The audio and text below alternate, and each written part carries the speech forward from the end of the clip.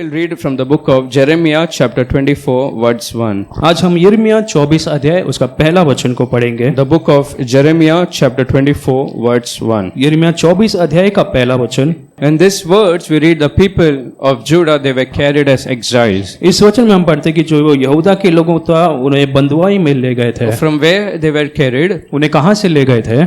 From Jerusalem they were carried to Babylon. यरूशलेम से लेकर उन्हें बाबुल में ले गए थे। Hallelujah. Hallelujah. So who were these Babylonians? ये बाबुल के लोग कौन थे? They were as enemies for the Israelites. तो वो इजराइलियों के विरोधी थे। Again and again they came and they attacked and they took as captive the people of Israel. तो ये जो बाबुल के लोग थे बार बार इजराइलियों को आकर हमला करते थे। So they were like an enemy for God's people. तो परमेश्वर के लोगों के लिए वो शत्रु के समान थे। Even here in this verse 1 we read, they came and they took them as exiles from Jerusalem to Babylon. और इस वचन में भी हम पढ़ते कि बाबुल के लोगों ने उन इजराइलियों को वहां से बाबुल में ले चले गए। And whom they chose? और उन्होंने किसे वहां पर चुना? The best people, the topmost officials and the skilled workers they took for them. जो बड़े हकीमें और जो लोहारों और कारीगर थे उन्हें उन्होंने चुना। They who were supposed to be in Jerusalem and be as a blessing for God's people. और जो परमेश्वर के लोगों में आशीषित लोग थे,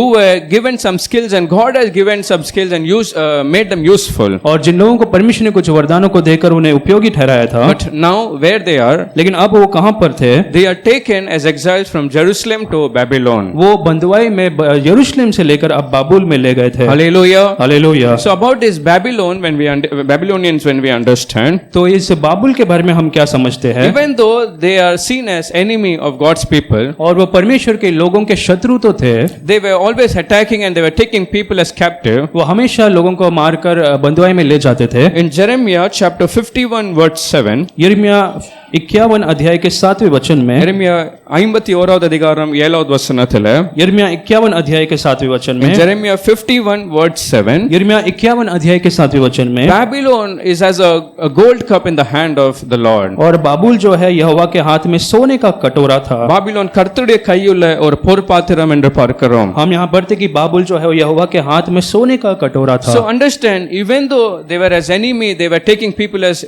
the God's people as captive. तो आप समझे कि वो परमेश्वर के लोगों को बंधुआई में ले जा रहे थे, फिर भी Still they were as a gold cup. They were like a gold cup in the hand, golden vessel in the hands of the Lord. और हम पढ़ते कि वो यहोवा के हाथ में सोने का कटोरा थे। So who was using this Babylonians? तो इन बाबुल के लोगों को कौन इस्तेमाल कर रहा था? God was using these Babylonians to correct His people. तो परमेश्वर इन बाबुल के लोगों को अपने लोगों को ठीक करने के लिए इस्तेमाल कर रहे God थे। was using the Babylonians enemies to cause some problems or oppress them and again to get these Israelites back to Him. तो परमेश्वर बाबुल के लोगों को उन इजराइल को सताने के लिए इस्तेमाल कर रहा How many था। of you believe God can use our enemies also to correct and discipline us? कि लोग विश्वास करते हैं कि परमेश्वर कुछ समय हमारे जो शत्रु है उन्हें भी इस्तेमाल कर सकते हैं हमें ठीक करने के If you लिए। believe, you can lift your hand and say, yes, I believe God can use my enemies, oppressors also to correct me and discipline अगर me. विश्वास करते हो आप कह सकते हैं कि मैं विश्वास करता हूँ कि परमेश्वर मेरे शत्रुओं को भी मुझे ठीक करने के लिए इस्तेमाल कर सकते हैं। Sometimes your enemies are as a golden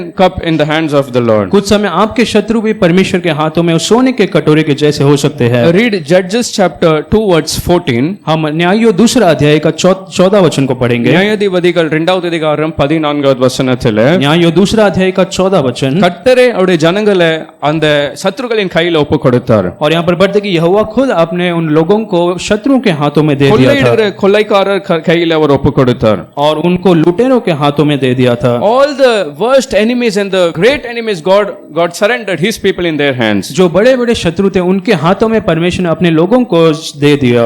And if you read verse 15 also, और अगर 15 वचन को आप पढ़ेंगे, not if only that enemies were not enough, और अगर वो शत्रु काफी नहीं थे, even God's hand was against His people. हम पढ़ते कि यहोवा का हाथ उनके लोगों के विरोध में था। In verse 14, what we read in to whom God sold His people. और 14 वचन में हम क्या पढ़ते कि किन लोगों को परमेश्वर ने अपने लोगों को बेच दिया था। Lutero means the people who are like raiders. They can loot the people. जो लुटेरे थे उनके हाथों में परमेश्वर ने दे दिया था। And read verse 14 continually. 14 वचन को निरंतर पढ़े। Around all the enemies, those who were around the people of God, around all the enemies, God submitted them. और परमेश्वर ने अपने लोगों को उनके चारों और जो कोई शत्रु थे उनके हाथों में दे दिया। The reason we can read because God was angry with them. और उसका कारण ये पढ़ सकते कि परमेश्वर उन पर क्रोधित थे। So we have to understand if we make God angry, He can even sell us or give us in the hands of the enemies. तो हमें आज एक बात समझना, अगर हम परमेश्वर हमसे क्रोधित है तो हमें अपने शत्रुओं के हाथों में भी वो दे सकता है। Verse 15 says God's hand was against them and God gave defeat wherever they went. और 15 वचन में पढ़ते कि यहोवा का हाथ उन पर उनके विरोध में था और जहां पर भी वो गए वो हार का सामना किए। This morning you have to surrender your life and lift your hands and say, Lord, I don't want you to submit me in enemies' hands. और आज आपको समर्पण करना है कि परमेश्वर मुझे शत्रुओं के हाथों में आप नहीं दो। I don't want to make you angry with my life. हाँ प्रभु, मेरे जीवन से मैं तुझे क्रोधित नहीं करना चाहता। I don't want that you should submit me in the hands of my enemies. मैं नहीं चाहता कि प्रभु आप मुझे शत्रुओं के हाथों में दे I दो। don't want your hand to be against me to defeat me. मैं नहीं चाहता कि आपका जो हाथ मेरे विरोध में मुझे नाश करने के But I लिए हो। want your hand to exalt me and to bless लेकिन me. मैं चाहता हूँ कि आपका हाथ जो है मुझे आशीष दे। Hallelujah. Hallelujah. Will you not surrender this morning? Lord, I will make you happy and I will live a pleasing life for you. आज हमें समर्पण करके कहना है कि परमेश्वर मैं आपको खुश करने वाला एक जिंदगी जीऊंगा। So God used Babylonians as a vessel for him so that he could discipline the people, the तो Israelites. परमेश्वर ने बाबुल के लोगों को चुन लिया ताकि वो इस्राएलियों को ठीक कर पाए। Now in verse 1 in Jeremiah 24 verse 1, अब यिर्मयाह 24 अध्याय का पहला वचन में we read God in a vision God showed him figs. और वहां पर हम पढ़ते कि एक दर्शन में परमेश्वर ने अंजीरों को वहां पर दिखाया। This Jeremiah, he could see in a vision 2 baskets of figs. और यहाँ पर उस यिर्मयाह ने 2 अंजीरों के टोकरे को देखा था। These fig fruits are very useful in Israel. और इज़राइल में जो अंजीर के जो फल थे वो बहुत ही उपयोगी थे। All are very pleased and joyful to have this fruit. और वो जो अंजीर के फलों से खाने के लिए सब वहां पर खुश रहते I थे। don't know about India. Maybe how many of you all can say I've tried fig fruits. और मैं नहीं जानता कि आप में से कितने लोग उस अंजीर के फल को खाए हैं। So many, I think you all have not tried fig fruits. शायद आप में से बहुत लोगों ने खाया नहीं है। ఎత్తనమే చొల్లముడి నా అత్తి పలంగలే నా చాప్టర్ కరెన్. कितने लोग कह सकते हैं कि मैं अंजीर के वृक्ष को खाया हूँ। But in Israel people who were pleased to have this fruit. लेकिन इज़राइल में सारे लोग उस अंजीर के फल को खाना पसंद करते थे। It has many health benefits. और उसका हेल्थ का बहुत सारे बेनिफिट्स Many हैं। necessary vitamins and calcium and iron or potassium is needed. It is all present in that fruit. और उसमें भिन्न तरीके के कैल्शियम, पोटेशियम, आयरन सब कुछ होता है। But not only fig fruit, but all the fruits are good for our health. आज केवल जो अंजीर नहीं लेकिन सारे फल हमारे लिए अच्छे हैं। Hallelujah. Hallelujah. So what is the role of this fruits? तो ये जो फल का क्या उपयोग था? What is the characteristic of the fruit? उस फल का क्या गुण था? It brings sweetness to the person who eats. जो खाता उसके जीवन में एक मीठापन को लाता था। Tell me one fruit which is your favorite fruit. और आपका मनपसंद एक फल को आप How many बताइए। of you like mango? कितने लोग आम पसंद करते हैं? So when you eat the fruit, you want to have the taste and you want to taste the fruit. You want that it should be very sweet. तो जब आप उसे खाते हो आप चाहते हैं कि वो बहुत मीठा हो। And when you taste the sweetness of that fruit, you are very pleased and you are refreshed with that fruit. और जब उसे खा लेते हो तो आप बहुत अच्छा महसूस करते हैं। This morning, God wants to see us like that fruit which makes others' life sweetful. और आज परमेश्वर हमें ऐसा देखना चाहते हैं कि एक फल जैसा देखना चाहते हैं, दूसरे को जीवन को मीठा कर सके। There are many unbelievers whose life is with bitterness. और ऐसे बहुत से अविश्वासी है जिनका जो जीवन है वो कड़वापन से भरा है। Many lives in which there are curse and Satan has kept them under darkness. बहुत से जीवन में श्राप और शैतान ने अंधकार में रखा है। But God wants to use each and every one of us like fruits which will sweeten their lives. लेकिन परमेश्वर हमें इस्तेमाल करना चाहता है ऐसे फलों की तरह जो दूसरों को एक मीठापन लाए। Hallelujah. Hallelujah. Do you believe you can sweeten others' lives? क्या आप विश्वास करते हैं कि दूसरों के जीवन को आप मीठापन में बदल सकते हैं? When you reach out to others people, they will be pleased and they will be refreshed. जब आप दूसरों को मिलेंगे तो वो आपको देखकर वो अच्छा महसूस करने लगेंगे। And we can understand the fruit it strengthens the people. और फिर हम फल के बारे में पढ़ते वो जो लोगों को बल देता है। Around before 7 years, I think I was affected by dengue fever. और तकरीबन 7 वर्ष के पहले मुझे डेंगू हुआ था। So very weakness. I had many weakness in my body. और मेरे शरीर में बहुत सी कमजोरी थी। I was not able to stand for long time. मैं बहुत देर तक खड़ा नहीं रह पाता था। And when I was admitted, doctor told at least 7 or 8 days because the platelet levels are down, you should be admitted. और जब डॉक्टर्स ने चेक किया तो उन्होंने कहा कि 7 या 8 दिन तक आपको एडमिट होना है क्योंकि आपका प्लेटलेट बहुत कम हो गया So है। even after medication, that platelet level it was not going up. तो दवाई के बाद भी जो प्लेटलेट का काउंट था वो बढ़ नहीं रहा था। Do you know what that doctor told? आप जानते हो डॉक्टर ने क्या कहा? He named two particular fruits. उसने 2 फलों के बारे में कहा। Which are those two fruits? वो 2 फल क्या थे? Kiwi. एक कीवी था And the other? और दूसरा Dragon fruit. Dragon fruit. So understand those two fruits. It is having so much of power to make your platelets count rise. तो आप समझिए कि ये जो 2 फल है उसे खाकर आपका प्लेटलेट काउंट बढ़ सकता है। Till that I had never seen dragon fruit. तभी तक मैंने कभी ड्रैगन फ्रूट देखा भी नहीं था। Till that I had never seen kiwi fruit. तभी तक मैं कीवी भी नहीं जानता था। And when I saw that kiwi, I thought this is chiku.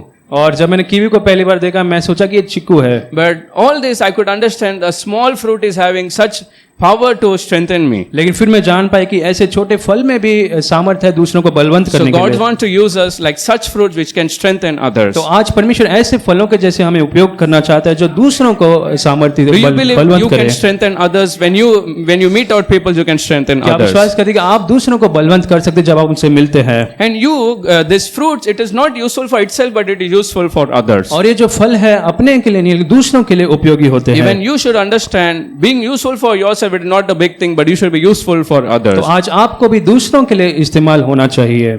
What happens with that fruit? उन फलों के साथ क्या होता है? Anyone, maybe they will take a stone and they will hit and they will eat that fruit. और कुछ लोग पत्थर मारकर उसे नीचे गिराते हैं और खा लेते हैं। It is only useful for others. वो दूसरों के लिए ही उपयोगी होता This है। morning you have to lift your hands and surrender. Lord, I want to be a useful fruit for others. आज आपको समर्पण करना और कहना कि परमेश्वर मुझे दूसरों के लिए इस्तेमाल करे। Like that fruit is as a useful fruit for others, Lord, make me useful for others. जैसे वो फल दूसरों के लिए उपयोगी होता है वैसे परमेश्वर मुझे दूसरों के लिए उपयोगी बना। Matthew 21 verse 18 and 19. मत्ती 21वां अध्याय का 18 और 19 वचन। In Matthew chapter 21 verse 18 and 19. मत्ती 21वां अध्याय का 18 और 19 वचन One में। day Jesus, when he was returning, he was very hungry. और एक दिन जब यीशु मसीह बहुत भूखे थे So what he saw a fig tree and he wanted to have the fig fruit. तब उन्होंने एक अंजीर के पेड़ को देखा और उसमें से एक अंजीर को खाना वो पसंद कर रहे थे। So that fig was having the capacity to satisfy God's hunger. और वो जो अंजीर में वो भूख को मिटाने का वो ताकत था। Even though there was no fig in that tree, और उस वृक्ष में कोई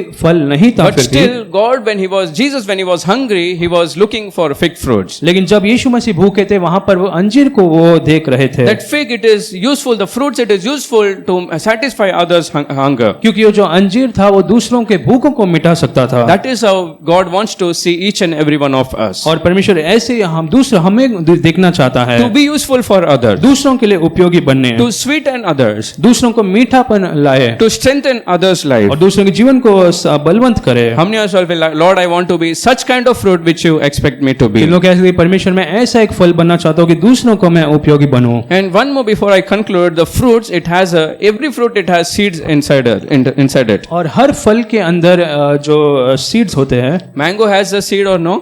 क्या आम में एक बीज होता है? Apple has seeds or no? क्या सेब में ये होता है? All the fruit God has made in such a way that there is a seed inside the और fruit. हर फल के अंदर बीज होते हैं। So what is the importance of that seed? तो उन बीजों का क्या उपयोगी है? When उपयोग that है? seed it is going inside mud, और जो बीज अगर मिट्टी के अंदर जाता है what will happen? तो क्या होता है?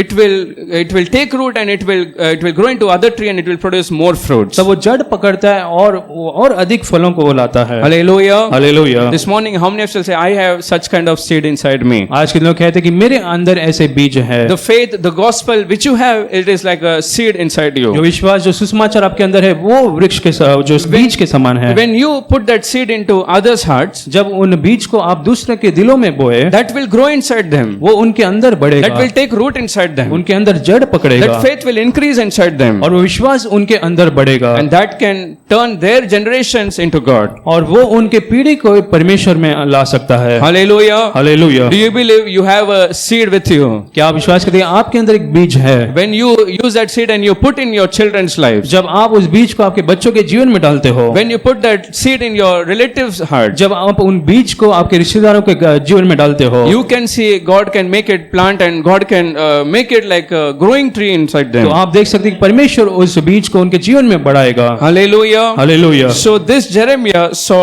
fig fruits, 2 baskets of figs. तो यहाँ पर हम देखते हैं कि यिर्मयाह ने 2 कटोरे के उन फलों को देखा। In verse 1 we read, और पहला वचन हम पढ़ते हैं, where these 2 baskets were there, वो 2 टोकरी कहाँ पर थे? where these 2 baskets were kept, वो 2 टोकरी कहाँ पर रखे गए थे? before the temple of God. परमेश्वर के मंदिर के सामने। Hallelujah. Hallelujah. The temple of God, it speaks many things. और परमेश्वर के मंदिर बहुत सी चीजों को But दर्शाते especially हैं। 1 or 2 things I want to encourage you all. और आज मैं 1 या 2 बात को कहना चाहूंगा। Psalm 122 verse 1. भजन संहिता 122 का पहला वचन में, Psalm 122 122వ సంగీతం మొదలవ వచనతల भजन संहिता 122 का पहला वचन, when David was told let us go to the house of God, जब दाऊद ने कहा कि जो हम परमेश्वर के मंदिर में चले, what happened to him? उसे क्या हुआ? He was very joyful, he was very happy. तब वो बहुत आनंदित हुआ। Why he was very happy? वो क्यों आनंदित हुआ? Was it because he was longing to see other believers क्या वो दूसरे विश्वासी को देखने के लिए खुश था, or to talk with others? या दूसरों से बातें करने के लिए? No, because he wanted to experience God's presence in his life. वो परमेश्वर की उपस्थिति को महसूस करना चाहता He था। wanted God's glory to be revealed in his life. परमेश्वर की महिमा को प्रकट होना वो देखना चाहता था। This morning we all have come to the house of the Lord. आज हम सब परमेश्वर के मंदिर में आए हैं। How many of you believe God's presence is here in the midst of us? आज के लिए विश्वास करें परमेश्वर का उपस्थिति हमारे बीच में है, Because His word says, where 2 or 3 gather in my name, I am in their midst. क्योंकि उसका वचन कहता है जहाँ 2 या 3 मेरे नाम से इकट्ठा होते हैं मैं उनके बीच में हूँ। So whenever, every Sunday, especially when you come to the presence of God, तो हर इतवार को जब आप परमेश्वर की उपस्थिति में आते हो, whatever kind of problem, whatever difficulty, whatever situation, challengeful situations you are going जो through, कोई परिस्थिति, जो कोई चुनौती का आप सामना करते हो, there should be joy inside you because you are going to be in God's presence, you are going to experience God's glory. आपके जीवन में एक आनंद होना चाहिए क्योंकि आप परमेश्वर के मंदिर में उसकी आराधना करने आते हो। Come with only one desire that I should worship Him and I should see His glory. आप केवल एक ही चाहत के साथ आओ कि मैं परमेश्वर की उपस्थिति को महसूस करूंगा और उसकी आराधना करूंगा। Not any other desire that I should meet other believers, I should ask about them, I should talk to them, not like that. I have to see the glory of और God. आपको ऐसे सोच कर नहीं आना कि मैं दूसरे विश्वासी को मिलूंगा, मैं उनसे बातें करूंगा, ऐसा नहीं, लेकिन परमेश्वर की महिमा को आपको देखना है। I want to hear God's word and that God's word should speak to me. और मुझे परमेश्वर के वचनों को सुनना है और वो मुझसे बातें करे, That word should correct me and it should be like it should talk to me. और वो जो वचन है मुझसे बात करने पाए। 1 Samuel chapter 1 verse 7. पहला शमूएल पहला अध्याय के 7वें वचन में, 1 Samuel మొదలవ అధికారం 7వ వచనములో पहला शमूएल पहला अध्याय के 7वें वचन में, this Hannah, she came to the house of God. ये हन्ना एक दिन परमेश्वर के भवन में आई थी। To God's temple she came and she was praying. वो हन्ना यहोवा के भवन में आकर प्रार्थना कर रही थी। Even though she came every year after year to God's temple, वो प्रति वर्ष वो परमेश्वर के मंदिर में तो आती थी, even in the temple of God she was not kept alone. लेकिन यहोवा के भवन में भी वो अकेली नहीं थी। What happened in the temple of God? उस यहोवा के भवन में क्या हुआ? Her husband, he had 2 wives. उसके जो पति के 2 पत्नियां थी, So she was torturing, Penina was torturing her तो उसकी जो दूसरी पत्नी पनीना उसे सता रही because थी she was not having child. क्योंकि उसके कोई संतान नहीं थे। Where it was happening even in the temple of God. और ये सारी बात उस यहोवा के भवन में हो रहा था। But in verse 10 we read, लेकिन उस 10वें वचन में हम पढ़ते हैं, in the midst of such oppression, in the challenge and challengeful situation, और ऐसे चुनौतियों के बीच में with bitterness she prayed in God's presence. वो बड़े पूरे मन से वो परमेश्वर के उपस्थिति में रोने And- लगी, प्रार्थना करने And लगी। that prayer made in the temple of God, it was heard and God answered her prayer. और जो प्रार्थना उसने यहोवा के भवन में किया, उन प्रार्थना को परमेश्वर ने सुना। Do you believe sometimes when I pray in the presence of in church, God is answering my prayers? क्या विश्वास करें कुछ समय जब कलीसिया में आकर आप प्रार्थना करते हो तो परमेश्वर उन प्रार्थनाओं को सुनता है। It is not that when you pray at home, God is not answering. और ऐसा नहीं कि आप जब घर पर प्रार्थना करते हो तो परमेश्वर नहीं But सुनता, even in church, when you pray, God is answering your prayers. लेकिन जब कलीसिया में आप प्रार्थना करते तब परमेश्वर आपके प्रार्थनाओं को सुनता है। In Numbers 17 verse 7, गिनती 17 अध्याय के 7वें वचन में, in Numbers 17 verse 7 and 8, Aaron's rod was budded and it brought fruits. गिनती 17 अध्याय के 7वें और 8वें वचन में पढ़ते कि हारून का जो छड़ी था उसमें से फल आने लगे, A normal staff, it was kept in God's presence. और एक छड़ी थी वो परमेश्वर की उपस्थिति में उसने रखा, Like without life, it was kept. और बिना कोई जीवन के वहां पर रखा गया था। But now it was fruitful and it blossomed and it budded. लेकिन अब जो छड़ी था वो फलवंत हुआ और उसमें से फल निकलने It लगे, brought almond fruits. और उसमें फल निकलने लगे। God can change such situation and bring life, and God can do miracles when we are in His presence. तो जब हम परमेश्वर की उपस्थिति में, तो परमेश्वर हमें फलवंत कर सकता है और हमारे जीवन में एक बदलाव को ला सकता है। Hallelujah. Hallelujah. More than everything, और सबसे बढ़कर when we come to God's presence, जब हम परमेश्वर की उपस्थिति में आते हैं, read Isaiah chapter 6 verse 5. यशायाह 6 अध्याय के 5वें वचन को आप पढ़े। The house of God, the temple of God, it is a place where God is revealing few things. और परमेश्वर का भवन ऐसा एक जगह है जहाँ पर परमेश्वर कुछ बातों को प्रकट करते हैं। If you read Isaiah 6 verse 1, this man Isaiah, he came to God's temple. और यशायाह 6 अध्याय के पहले वचन में पढ़ते कि जो यशायाह परमेश्वर के मंदिर में आया, He was seeing God's glory. वो परमेश्वर के महिमा को देख रहा था। But that made him realize what kind of person he was. लेकिन वो समझ पाया कि वो कैसा एक व्यक्ति था। What he says, वो क्या कह रहा है? read verse 5, Isaiah 6 verse 5. यशायाह 6 अध्याय के 5वें वचन को हम पढ़े। So he says, woe unto me because I am ruined. वो कहता है कि हाय मैं नाश हुआ, I am a man with unclean lips. क्योंकि मैं अशुद्ध होठ वाला मनुष्य If हूँ। you read chapter 5, we can read that Isaiah, many he was seeing and saying, woe unto you, drunkards, and many other people he was telling. और अगर like यशायाह that. 5वां अध्याय में पढ़ेंगे तो दूसरों को कहता है कि हाय तुम पर, हाय तुम पर। But when he came to the temple of God, लेकिन जब वो परमेश्वर के भवन में आया, he could understand, realize what kind of life he was living and where he was living. तो वो समझ पाए कि वो कैसा एक जीवन जी रहा था और किस प्रकार का वो जीवन जी रहा था। So when we come to the temple of God, God's presence, God is revealing what kind of person we are. तो आज जब हम परमेश्वर के भवन में आते हैं तो परमेश्वर प्रकट करता है कि हम किस प्रकार के व्यक्ति What मनुष्य kinds हैं। of things are there in our lives? हमारे जीवन में किस प्रकार के चीजें हैं What kind of life God is expecting from each and every one of और us? परमेश्वर कैसा एक जीवन हमसे अपेक्षा करता है। Hallelujah. Hallelujah. How many of you all believe and agree to this point that in the presence of God, when I hear the word and when I worship, God reveals me what I और am? कितने विश्वास करते हैं कि जब हम परमेश्वर के उपस्थिति में उसकी आराधना करते हैं तो परमेश्वर कुछ चीजों को प्रकट करता है कि हम किस प्रकार के हैं। Sometimes no one else knows, but when the word of comes, it is like directly it speaks to us that this is the thing you have done and you should not do again. कुछ समय और कोई आपके बारे में जानता नहीं हो, लेकिन जब कलीसिया में आते हैं और परमेश्वर का वचन आपसे बात करता है तो आप समझ पाते हैं कि आप क्या कैसे हो। Hallelujah. Hallelujah. So this is what happened when that two baskets were kept in the temple of God. और तब यही हुआ जब वो जो वहां पर रखे गए थे परमेश्वर के भवन में। What happened when that Jeremiah saw those two baskets? और जब यिर्मयाह ने वो 2 टोकरियों को देखा तब क्या हुआ? Because it was kept in God's presence, he could identify as two different baskets with two different kinds of fruits. और क्योंकि वो परमेश्वर की उपस्थिति में था इसलिए वो पहचान पाए कि वो 2 टोकरी में दो प्रकार के फल थे। One was bad fruits, और एक जो था वो बुरे फल थे and the other figs it were very good. और दूसरे जो फल के जो टोकरी थे वो अच्छे थे। Hallelujah. Hallelujah. Sometimes when we are away from God, we are not able to identify what is good and what is bad. कुछ समय हम जब परमेश्वर से दूर होते तो हम पहचान नहीं पाते कि अच्छा क्या है और बुरा क्या We है। are with bad fruits and we enjoy that bad company and we think this is the life and this is the life we should live. हम जब उस बुरे वृक्ष के समान है तो हम सोचते हैं कि ये अच्छा है और उसके साथ ही हम जीते हैं। But when we come to God's presence, God, He makes us realize that this is not the life, that should be a separation between you and others. लेकिन जब हम उस परमेश्वर की उपस्थिति में आते हैं तो परमेश्वर हमें बताता है कि ये सही जीवन नहीं है। You are to be like good figs, that good figs in my presence. आपको मेरी उपस्थिति में वो अच्छे अंजीर जैसे होना है। Because I have chosen you. क्योंकि मैंने तुम्हें चुना है। Because I have redeemed you with my precious blood. क्योंकि मेरे लहू से मैंने तुम्हें छुड़ाया है। Hallelujah. Hallelujah. How many of us say, I will live like a good figs in His presence? कितने लोग कह सकते हैं मैं परमेश्वर की उपस्थिति में अच्छे अंजीर जैसे जीऊंगा। Today, if God is looking at each and every one of us, अगर आज परमेश्वर हम में से हर एक को देखता है He तो should say, these people from Elim Church, they are like good figs. तो उसे कहना है कि इलिम चर्च के सारे जो विश्वासी है वो अच्छे अंजीर है। Hallelujah. Hallelujah. Lift your hand and say, Lord, I want to be like a good fig in your मैं presence. हाथ उठाकर कहे कि परमेश्वर तेरी उपस्थिति में अच्छा अंजीर बनना चाहता हूँ। This is what presence of God made the difference. और यही परमेश्वर की उपस्थिति में वहां पर एक बदलाव को लाया। Suppose you are going to purchase 1 kg of tomato. अगर आप 1 किलो टमाटर लाने को देखते How you हैं will purchase? तो आप कैसे खरीदोगे?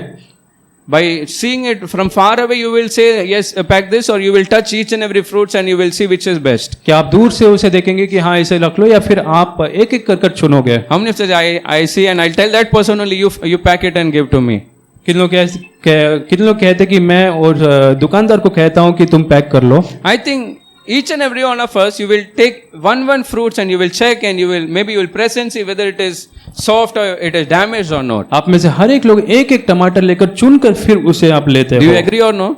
क्या आप उसमें सहमत हो? Because you don't want bad fruits to enter your house. क्योंकि आप ये नहीं चाहते कि जो बुरे फल हैं आपके घर में आए, You are taking and checking it with your own hands. और आप अपने हाथ से उसे आप चुनते हैं। But God's house, when it is kept in front of God's temple, लेकिन जब वो परमेश्वर के मंदिर के सामने रखा गया it था, is everything open and God knows what kind of life we have. तो We are सब living. कुछ खुला है और परमेश्वर जानता है कि हम किस प्रकार का जीवन जीते हैं। So what is the end or what is the difference and end which is going to have which is for good figs and bad figs? तो अच्छे अंजीर और बुरे अंजीर का अंत कैसा होगा? Read words 8 and 9, Jeremiah 24 verse 8 and 9. यिर्मयाह 24 अध्याय के 8वें और 9वें वचन को हम पढ़ेंगे। Jeremiah 24 8வது வசனம் 9வது வசனம்.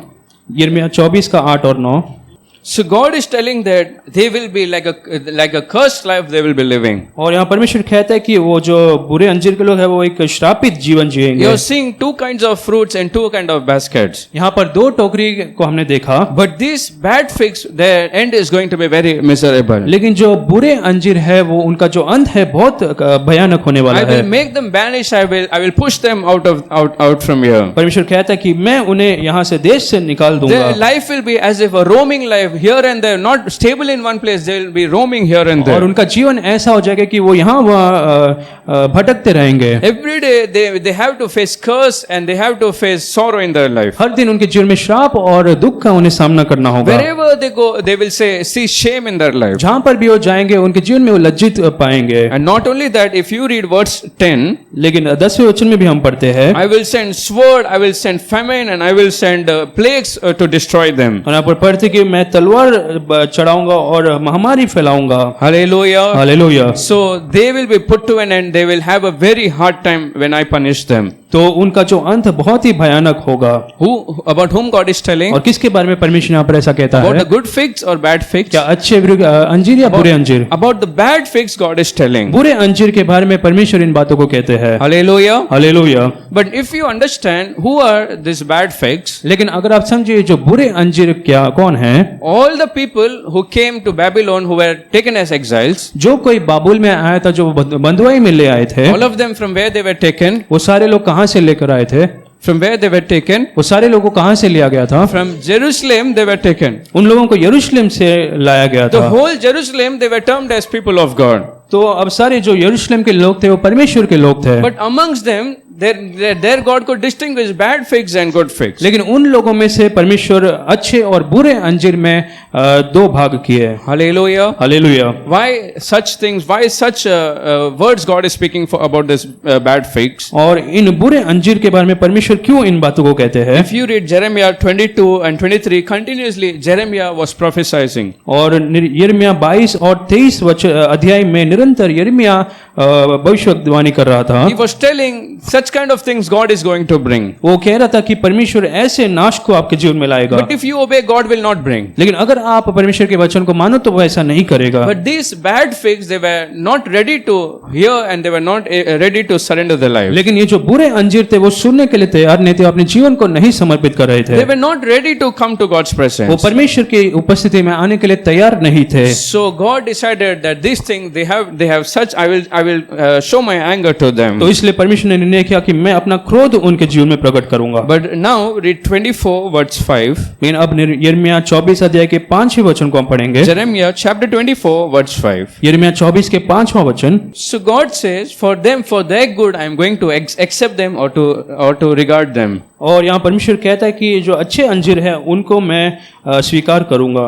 In these two baskets, I am going to accept one basket. और इन दो टोकरी में से मैं एक को चुनूंगा। These good figs, they are going to be accepted by ये me. जो अच्छे अंजीर है वो मैं चुनूंगा। Hallelujah. Hallelujah. But how God is going to accept? लेकिन परमेश्वर कैसे स्वीकार करते हैं? There is a condition which God says in verse 7. 7वें वचन में परमेश्वर वहां पर एक कंडीशन को रखते हैं। Three things in verse 7 we can read. 7वें वचन में हम तीन बातों को देखते हैं। Read verse 7, 24 verse 7. यिर्मयाह 24 के 7 को हम पढ़ेंगे। கர்த்தர் என்று அறியும் இருதயத்தை அவர்களுக்கு கொடுப்பேன். அவர்கள் என் ஜனமாய் இருப்பார்கள். நான் அவர்கள் தேவனாயிருப்பேன். அவர்கள் தங்கள் முழு இருதயத்தோடும் என்னிடத்திற்கு திரும்புவார்கள் என்று இஸ்ரவேலின் தேவனாகிய கர்த்தர் சொல்கிறார். God says, the good figs, what I am going to do, I am going to give them a new heart. और परमेश्वर कहता है कि जो अच्छे अंजीर है उन्हें मैं एक नया मन दूंगा, a heart which will know the God in their life. और ऐसा एक मन दूंगा जो परमेश्वर को जाने। Hallelujah. Hallelujah. When we understand about the heart, अगर आप मन के बारे में समझते हैं, Jeremiah 17 verse 9, यिर्मयाह 17 अध्याय के 9वें वचन में, Jeremiah 17 verse 9, heart is very deceiving. और जो 17 अध्याय के இருதயத்தை அறிகிறவன் யாரு? ये जो मनुष्य सब वस्तुओं में अधिक धोखा देने वाला होता It है, is very deceiving. No one can understand what is in others' heart. और कोई भी जान नहीं पाता कि दूसरे के मन में क्या है, Sometimes in heart there is much bitterness about you. और शायद मन के अंदर दूसरों के बारे में कड़वापन हो सकता है, But when they will meet you, they will say hi, bye, and they will like hug you and they will show their love for you. लेकिन जब सामने मिलते तो बहुत अच्छे से वो बात करेंगे और गले मिलते हैं, But what is in their heart? लेकिन उनके मन में क्या है? Anger, jealousy, and bitterness about you. उनके मन में आपके प्रति क्रोध और क्रोध है। So God is telling such kind of heart no one can understand, no man can understand, but I can understand. परमेश्वर कहता है कि ऐसा जो मन कोई नहीं जानता, मैं उसे जानता हूँ। In Proverbs 23 verse 15, नीति वचन 23 अध्याय के 15 वचन में भी, Proverbs 23 verse 15, नीति वचन 23 अध्याय के 15 वचन में, if your heart is wise, अगर जो तुम्हारा मन अच्छा है तो, if your heart is taking wise decisions, अगर आपका मन अच्छा एक निर्णय को लेता है तो then my heart it will be happy. तो मेरा मन खुश होगा।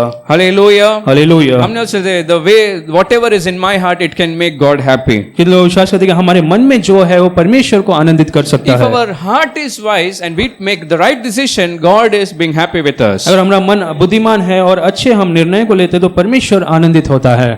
In everyone read Matthew chapter 15 verse 19. हम इसे सब मत्ती 15 अध्याय के 19वां वचन को पढ़ेंगे। In Matthew chapter 15 verse 19, मत्ती 15 अध्याय का 19वां वचन, all the bad things and the bad thoughts like adultery, fornication and sin, it is all coming from one place. और सारे बुरे बात जो हत्या, व्यभिचार, चोरी, सब कुछ मन से ही निकलता है। From where everything is coming? सब कहाँ से निकलता है? What is the place from where everything is coming वो out? जगह कहाँ है जो जहाँ से सब निकलता है? The main location it is from the heart. और वो सब कुछ मन से ही निकलती है। Hallelujah. हालेलुया। हमने उससे say God is looking at our heart today. आज के लोग कहते हैं कि परमेश्वर हमारे मन को देखता है। God saw these good figs, their heart was not okay with him. परमेश्वर ने जो बुरे अंजीर को देखा, उनका जो मन अच्छा नहीं था। So by God's grace, God is telling, I will give them a right heart, a new heart that will know me.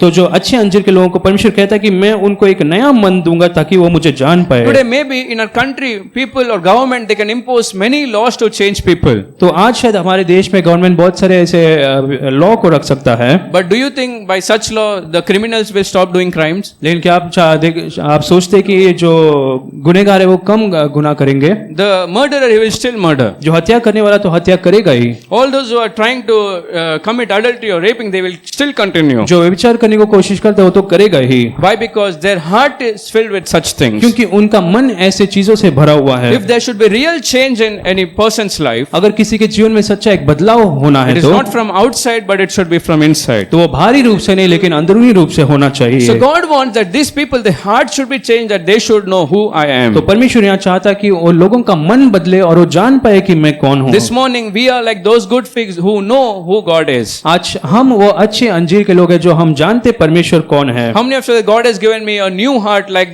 those like good figs? कितने लोग कह सकते हैं परमेश्वर मुझे नया मन दिया है जो अच्छे अंजीर के समान। எத்தனை பேர் சொல்ல முடியும் கர்த்தர் எனக்குள்ள அப்படிப்பட்ட ஒரு இருதயத்தை வைத்திருக்கிறார்? कितने लोग कह सकते हैं परमेश्वर ने ऐसा एक मन मुझे दिया है। Hallelujah. Hallelujah. In 2 Corinthians chapter 1 verse 22, दूसरा कुरिन्थियों पहला अध्याय के 24वां वचन में, 2 கொரிந்தியர் 1வது அதிகாரம் 22வது வசனம், दूसरा कुरिन्थियों पहला अध्याय का 24वां वचन में, so that we can understand God. ताकि हम प्रभुता जान पाए।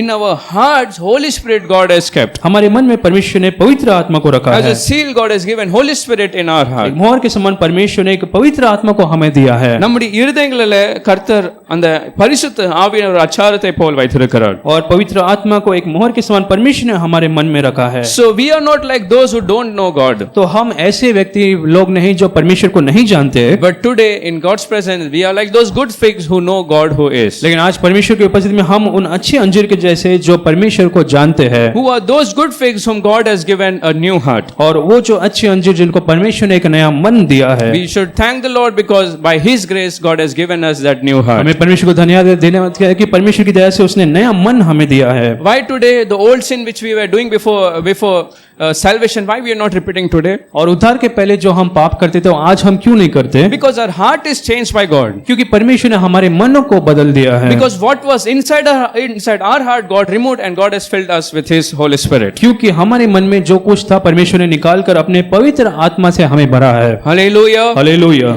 But still God has a few complaints with the people of Israel. लेकिन फिर भी इस्राएल लोगों से परमेश्वर का कुछ शिकायतें थी। In Hosea chapter 13 verse 6. होशे 13 अध्याय के 6 वचन में, In Hosea chapter 13 verse 6. होशे 13 अध्याय के 6 वचन में God is telling, I bless these people, my Israelites, I bless them. और परमेश्वर कहता है कि मैं इस्राएलियों को तो आशीष दूंगा। They were satisfied with all blessings. वो सारे आशीषों से तृप्त थे, But when they were satisfied, when I blessed them, लेकिन जब मैंने आशीष किया और वो तृप्त हो गए थे, they knew before the blessing that I am the Lord. और आशीष से पहले तो वो जानते थे कि मैं परमेश्वर हूँ। But now because of all those blessings, when they were satisfied, लेकिन अब वो आशीषों के कारण जब वो तृप्त हो गए थे, pride entered them. उनके अंदर घमंड आ गया They था started boasting, oh, we are something, we have so much blessings. और वो घमंड करने लगे कि ये सब मेरे कारण हुआ, मेरे अंदर इतनी आशीषें हैं। And because of those blessings which God blessed them, लेकिन उन आशीषों के कारण whom they forgot, उन्होंने वो किसे भूल गए? whom they forgot, वे किसे भूल गए? கர்த்தர் கொடுத்த ஆசீர்வாதங்களினாலே கர்த்தரே அவங்க மறந்து விட்டார்கள். परमेश्वर ने दिए हुए आशीषों के कारण वो परमेश्वर के लिए को ही भूल गए थे। Hallelujah. Hallelujah. So we have to be very careful, even though God has given a heart to know Him. तो हमें बहुत सावधान होना है, परमेश्वर ने एक मन दिया उसे जानने के लिए, फिर भी Because of all the blessings of whatever life we are living, we should never forget who God is in our लेकिन life. हमारे जीवन में जो आशीष और जो परमेश्वर देता है उसकी वजह से हम परमेश्वर को कभी नहीं भूलना है। हालेलुया. हालेलुया। हमने आज से whatever situation I am, whether blessing or whatever sorrowful life or whatever is in my life, I will never forget who you are. कितने लोग कह सकते कि चाहे कोई भी आशीष हो, कैसी भी परिस्थिति में परमेश्वर को कभी नहीं भूलूंगा। In second Peter chapter 3 verse 18. दूसरा पत्रस 3 अध्याय के 18 वचन में, 2 Peter chapter 3 verse 18. दूसरा पत्रस 3 अध्याय उसके 18 वचन में Peter says, grow in the knowledge of God. पत्रस कहता है कि परमेश्वर के उस बुद्धि में आप बढ़े இயேசு கிறிஸ்துவின் கிருபையிலும் அவரை அறிகிற அறிவிலும் வளருங்கள். और मसीह के अनुग्रह और पहचान में बढ़ते जाओ. Every believer, not only once we know for all till our lifelong we can know God, not like that. और ऐसा नहीं कि हम परमेश्वर को जान सकते हैं. If you open your Bible today and spend time even today, you can know more about the Lord. और अगर आज पवित्र शास्त्र खोलकर आप पढ़ते तो आज भी आप परमेश्वर को और जान सकते हैं. Never be satisfied that I know the Lord. Don't come to a conclusion that I know the Lord 100%. आप कभी तृप्त ना हो कि मैं परमेश्वर को 100% जानता हूँ. Hallelujah. Hallelujah. How many of you say I still have to know the Lord? कितने लोग कह सकते कि मैं परमेश्वर को और जानना चाहता हूँ. Tell the person sitting next to you. अपने पड़ोसी को देखकर कहे, Grow in the knowledge of the Lord. परमेश्वर के पहचान में और बढ़ो. Grow more in the knowledge of the Lord. परमेश्वर के पहचान में आप बढ़ो. If you think yes 20 years I know the Lord, still you have to know the Lord. और आप सोचते कि 20 वर्ष से मैं परमेश्वर को जानता हूँ, लेकिन आपको और अधिक जानना है. Then God is telling one more thing about these people. और इन लोगों के बारे में परमेश्वर एक और बात को कहता है. In Jeremiah 24 verse 7. यिर्मयाह 24 अध्याय के 7वें वचन में, Then when they have that such kind of heart, और जब उन्हें ऐसा एक मन मिलेगा, then they will be my people and I will be their God. तब वो मेरे लोग होंगे और मैं उनका प्रभु यहोवा. This kind of testimony God should give about each and every one of us. और ऐसा एक गवाही हम हर एक के बारे में परमेश्वर को देना है That they are my people. कि ये मेरे लोग हैं. That this person is my son. क्या ये जो लड़का, ये जो बेटा है वो मेरा बेटा है. She is my daughter. ये मेरी बेटी है. Who should say? ऐसे कौन कहना है? Who should say? किसे कहना है ऐसा? The Lord should say that you, these people, the church, Elim church, all the believers are my people. प्रभु को ऐसा कहना है कि एलिम कलीसिया के सारे विश्वासी मेरे बेटे में एक बेटी है. Hallelujah. Hallelujah. Because it is easy for us, for a man to say, I know the Lord, I know Jesus is my Lord. क्योंकि कोई भी मनुष्य कह सकता है कि मैं परमेश्वर को जानता हूँ, But God should say, God should testify that he or she is my child. लेकिन परमेश्वर को कहना चाहिए कि आप ये जो बेटा है मेरी बेटी है, मेरा बेटा है। Matthew 7 verse 22-23 if you read. मत्ती 7वां अध्याय का 22 और 23 वचन में, மத்தேயு 7வது அதிகாரம் 22-23வது வசனம். मत्ती 7वां अध्याय का 22 और 23 वचन, In the Lord's day, many will come and they will say, Lord, Lord. They will say, Lord, Lord, I know you. We have done so many things in your name. और प्रभु के दिन में सारे लोग आकर कहेंगे कि परमेश्वर मैं जानता हूँ, मैंने आपके नामों में बहुत सारे अचंभे किए हैं, We have prophesied in your name. मैंने भविष्यवाणी की आपके नाम We में, have done miracles in your name. हमने आपके नाम में चमत्कार को किया We है, have driven Satan, evil spirits with your name. हमने आपके नाम से दुष्ट आत्माओं को भगाई है। But God will plainly reply to them. लेकिन परमेश्वर उनसे कहेगा, What God will say? परमेश्वर क्या कहेगा? I don't know you. मैं तुम्हें नहीं जानता। நான் உங்களை அறியவில்லை என்று தேவன் சொல்லுவார். परमेश्वर कहेगा कि मैं तुम्हें नहीं जानता। Hallelujah. Hallelujah. So not all those who say, I know the Lord, I know the Lord, Lord, we did. So today if one prophecy people do, they will put in YouTube and they will share everywhere. This prophecy I have done. और अगर आज कोई एक भविष्यवाणी करते तो YouTube में डालकर हर जगह वो कहते कि मैंने भविष्यवाणी की है। Well, and one miracle, many people they will be, they will think, oh, they are so much powerful. और एक चमत्कार करते हैं और सारे लोग सोचते हैं कि ये बहुत सामर्थ्य है। But more than everything, we should have this testimony that God should say that He knows us. लेकिन इन सब से बढ़कर परमेश्वर को हमारे बारे में कहना है कि ये मेरा बेटा है। Because they will say, we have told prophecy and we have prophesied and it happened. क्योंकि वो लोग कहेंगे कि मैंने भविष्यवाणी की और ये सब हुआ है। We drove the evil spirits. हमने दुष्ट आत्माओं को आपके नाम से भगाई है। We did miracles. हमने चमत्कार को किया। Why all this happened? और ये सब क्यों हुआ? Because they used the name of the Lord. क्योंकि उन्होंने परमेश्वर के नाम को इस्तेमाल किया। The evil spirit, it has to leave a person when it hears the name of the Lord. दुष्ट आत्मा को तो भागना ही है जब वो परमेश्वर के नाम को सुनता है। So don't be surprised by all these things. तो इन सारे बातों से आप अचंभव न हो। God says, Jesus says, I never knew you. और कि परमेश्वर कहता है कि मैं तुम्हें नहीं जानता। Hallelujah. Hallelujah. This morning we should have a heart. We should know the Lord and the Lord should know us that you are His people. आज सुबह परमेश्वर को हमें जानना और हमें परमेश्वर को जानना है। In verse 7, the third thing, और 7वें वचन में तीसरी बात, then what will happen? और फिर क्या होगा? Then they will turn to me with all their heart. और फिर वो मेरी और पूरे मन से वो आएंगे। Hallelujah. Hallelujah. How many yourself say, I will turn with all my heart? और किन लोग कहते हैं कि मेरे सारे मन से मैं फिरूंगा। That could only happen when we have a heart which can know the Lord. और तब ऐसा तब होगा जब पूरे मन से हम परमेश्वर के पास जाएंगे। For Lot's wife, God's purpose was that she and the family, Lot and his wife, children, everyone should leave Sodom Gomorrah and should come out. और लोत की पत्नी के जीवन में परमेश्वर की इच्छा थी कि सारे लोग वहां से बाहर निकले। So God had a purpose. तो परमेश्वर का एक उद्देश्य था। But she could not turn back completely and come to God's plan. लेकिन वो पूरी तरीके से वो फिर कर नहीं आ पाई और परमेश्वर की योजना के अनुसार नहीं आ पाई थी। Only slightly she turned back and she was dead in that spot. वो थोड़ा पीछे मुड़कर देखी और वहां पर ही वो मर गई थी। She became like a pillar of salt and she was like a testimony even today. और वहां पर एक नमक के खंभे के समान वो हो गए थे और आज भी वो गवाही के रूप में वहां पर है। Hallelujah. Hallelujah. How many say, I don't want to come half out and half inside, but I want to come with whole heart, I want to come out. कि लोग कहते हैं कि मैं आधा बाहर आधा अंदर नहीं, लेकिन पूरे मन से मैं आना चाहता हूँ। Maybe there are few things in which you have not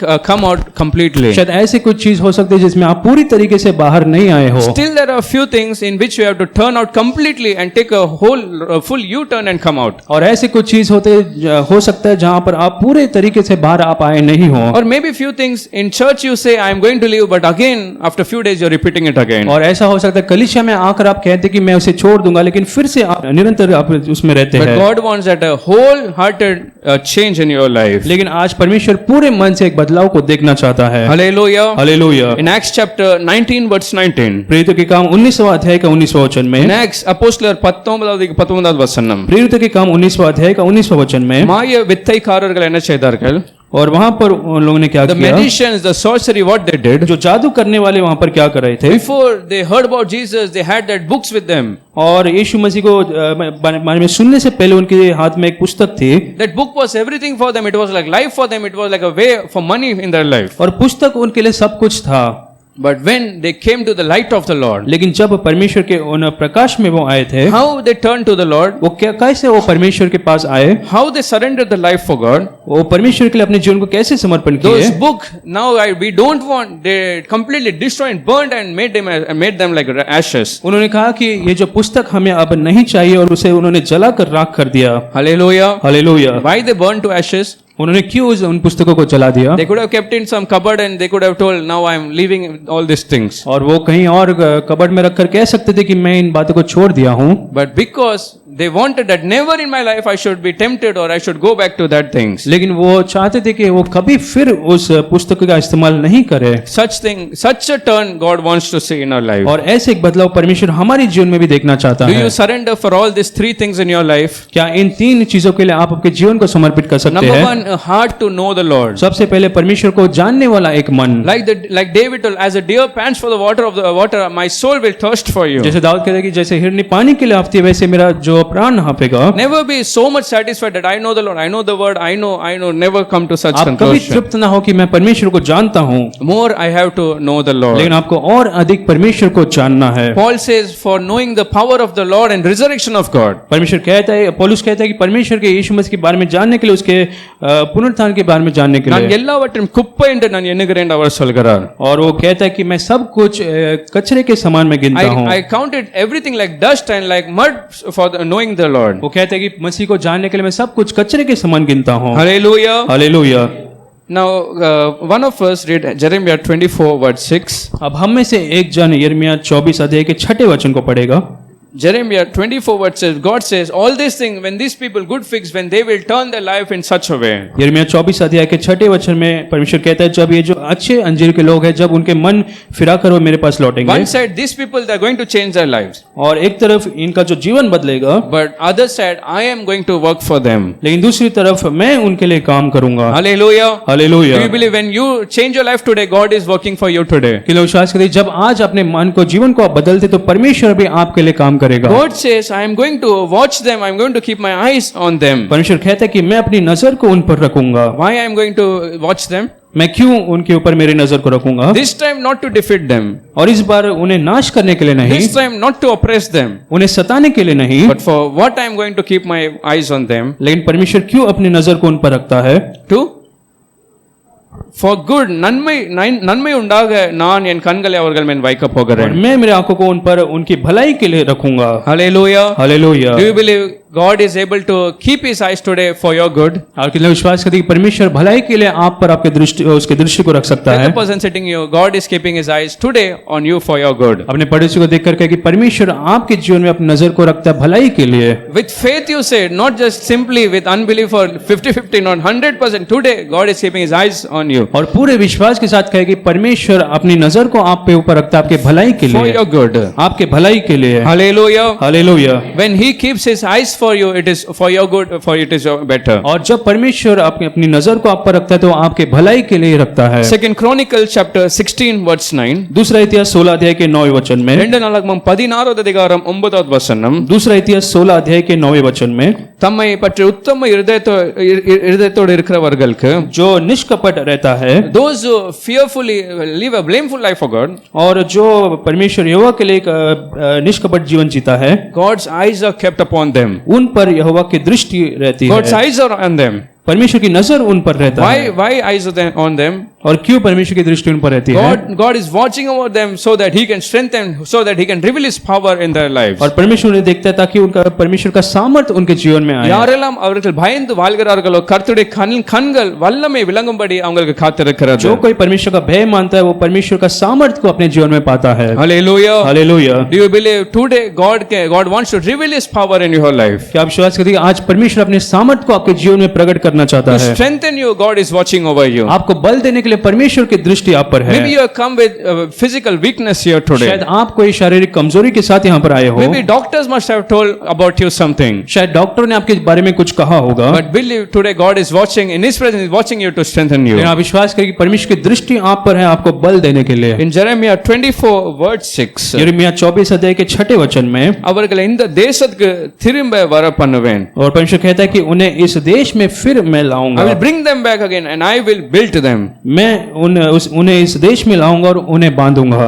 What kind of promise God is giving for them? और उनके लिए क्या एक अच्छा प्रतिज्ञा परमेश्वर देता है। When they change their heart, when they change their life, when they know who I am, जब वो अपने मन को बदलते और जानते कि मैं कौन हूँ, now no more captivity in their life. और इसके बाद कोई गुलामी उनके जीवन में Now नहीं I होगी। don't want to see sorrow in their life. परमेश्वर कहता है मैं उनके जीवन में दुखों को नहीं देखना All the चाहता। lost honor I want to bring back in their life. सारा जो खोया हुआ आदर को मैं उनके जीवन में लौटाना I चाहता want हूँ। to change the shame which they are going through. उनके जीवन में जो शर्मिंदगी है उसे मैं बदलना And चाहता I हूँ want to bless them. और मैं उन्हें आशीष देना चाहता I हूँ myself will build them. और मैं उन्हें बांधूंगा। Hallelujah. Hallelujah. Do you want God to build you or some man to build you? क्या आप चाहते कि परमेश्वर आपको बांधे या कोई मनुष्य आपको बांधे? What God is promising here, no one else but I myself will bring them and I will build them. परमेश्वर यहाँ प्रतिज्ञा देता है कि मैं उन्हें लाऊंगा और मैं उन्हें बांधूंगा। எத்தனை பேர் விசுவாசி கர்த்தர் என் வாழ்க்கையை கட்ட போகிறார்? इन लोग विश्वास करते हैं कि परमेश्वर हमारे जीवन को बांधेगा। நம்முடைய குடும்பத்தை சபையை கர்த்தர் இன்னைக்கு கட்ட हमारे போகிறார். परिवार को हमारे कलीसिया को परमेश्वर आज बांधेगा। கர்த்தர் வீட்டை கட்டாராகில்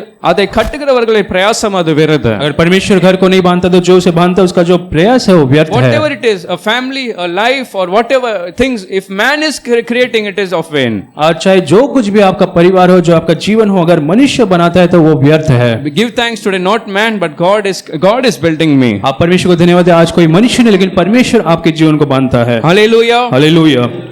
Read Jeremiah 31 verse 4. यिर्मयाह 31 अध्याय के 4 वचन को पढ़ेंगे। மறுபடியும் உன்னை கட்டுவிப்பேன், मैं फिर से तुम्हें बांधूंगा நீ கட்டப்படுவாய். और तू बांधा जाएगा। Now again I am going to build you मैं फिर तुम्हें बांधूंगा and you will be built.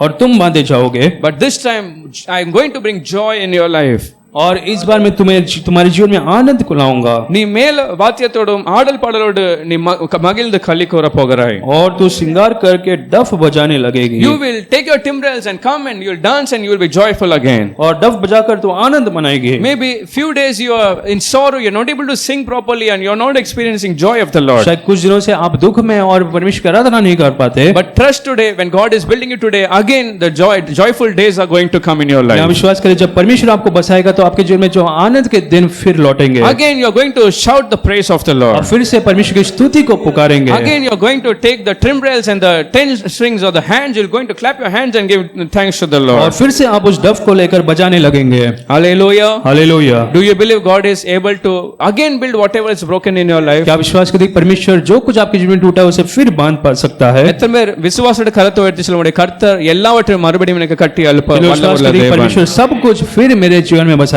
Hallelujah. Hallelujah. Maybe everything is broken like it is zero. और आज शायद सब कुछ टूटा है और शून्य में है। To show something you don't have anything to build. और कुछ दिखाने के लिए भी आपके पास कुछ नहीं।